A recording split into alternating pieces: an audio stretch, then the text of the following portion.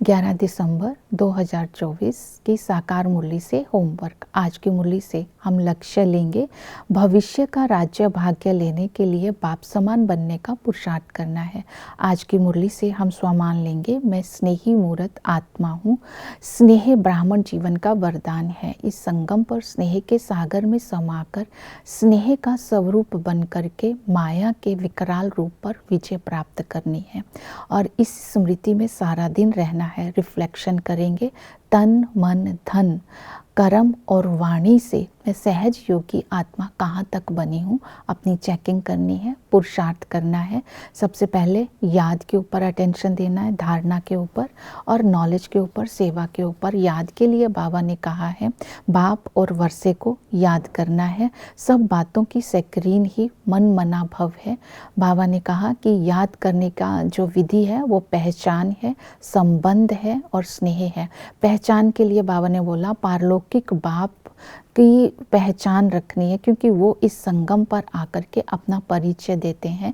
तो हम बुद्धि में बाबा के परिचय को रखना है कि वो ब्रह्मा के तन में आकर के हमें अपना बनाते हैं। उनको अपना शरीर नहीं है, वो करण करावनहार है, वो बीज रूप है। इस संगम पर बाप टीचर सतगुरु के संबंध से हमारी पालना करते हैं। तो यथार्थ पहचान से जब हम संबंध का अनुभव करते हैं तो याद हमारी निरंतर हो जाती है। बाप आकर के हम रूहानी बच्चों को सिकीलदे बच्चे कहते हैं और बेहद के वर्षे का अधिकारी बनाते हैं। टीचर आकर के हमें ऐसी पढ़ाई पढ़ाते हैं जिस पढ़ाई से हम राजाओं का राजा बनते हैं। इसे सहज राजयोग भी कहते हैं और इस ज्ञान से सच्ची कमाई भी होती है। ये गीता का सच्चा ज्ञान भी है।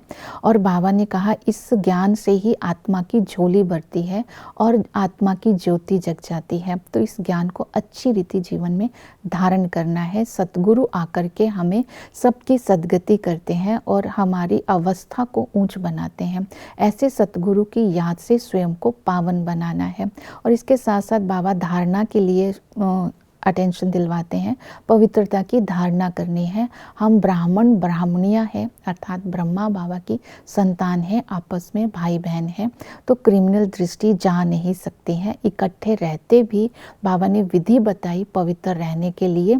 ये याद रखना कि हम ब्राह्मण हैं तो दृष्टि कभी भी गंदी नहीं होगी। फिर बाबा ने कहा बीच में ज्ञान की तलवार रखनी है तो माया का वार नहीं होगा। और इसके साथ भाई बहन अपने को समझेंगे।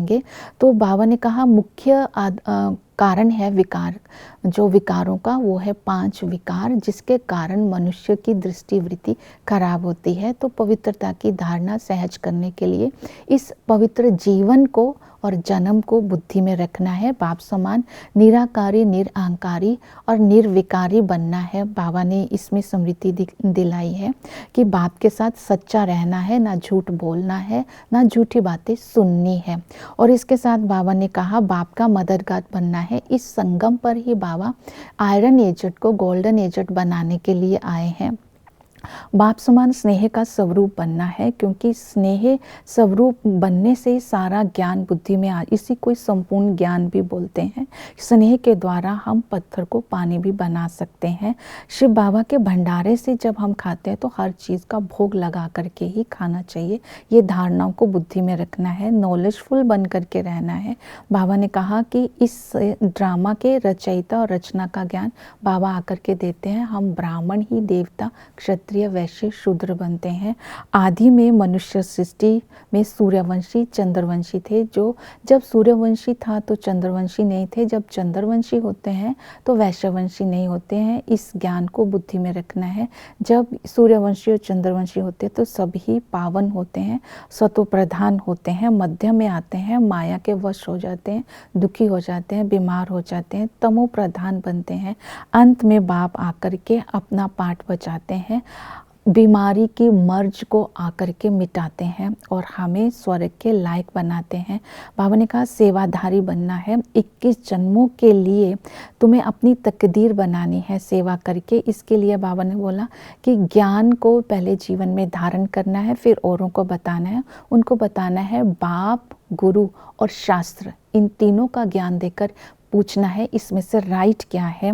देवता और असुरों की लड़ाई नहीं लगती है, ये भी बताना है। बाप का पाठ संगम युग पर ही होता है, ये भी बताना है।